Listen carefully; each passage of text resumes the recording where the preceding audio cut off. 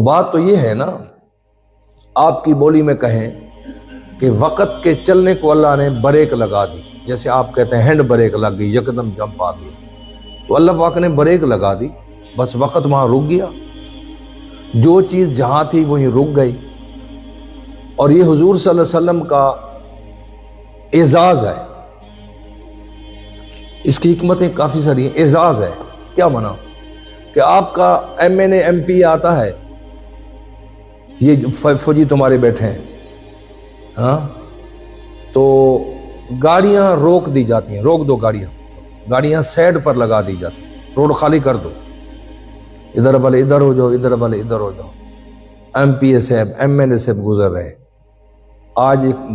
وفاقی وزیر گزر رہا ہے، گاڑیاں ایک طرف کر دی، نظام کو جامد کر دیا، رک جاؤ سارے، پولیس پہلے آ جاتی ہے، حکمران کے نمائندے آ رہے ہیں، کرندے، تم ایک طرف کھڑے ہو جاؤ، جب یہ گزر جائیں گے تم پھر جانا۔ تو ان مجازی جھوٹے نہ کہیں، چلو مجازی کہہ دیں، ویسے تو جھوٹے تو ہیں، تو ان مجازی عہدے داروں کے لیے اگر یہ دنیا کے چل کا نظام روک دیا جاتا ہے تو اللہ پاک نے شان والے محمد عربی کے لیے کائنات کا نظام روک دیا۔ یہ حضور صلی اللہ علیہ وسلم کے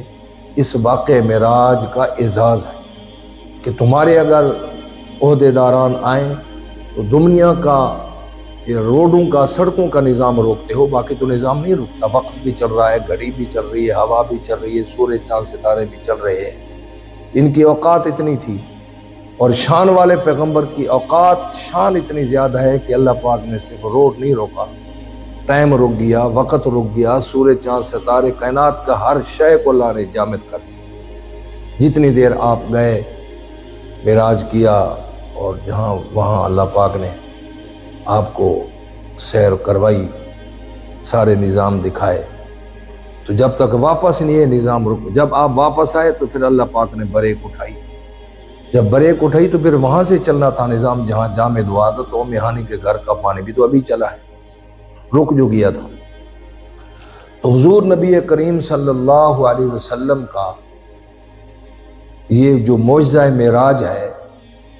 یہ ہمہ جہت ایک شان والا انعام ہے جو اللہ نے حضور کو نصیب فرمایا۔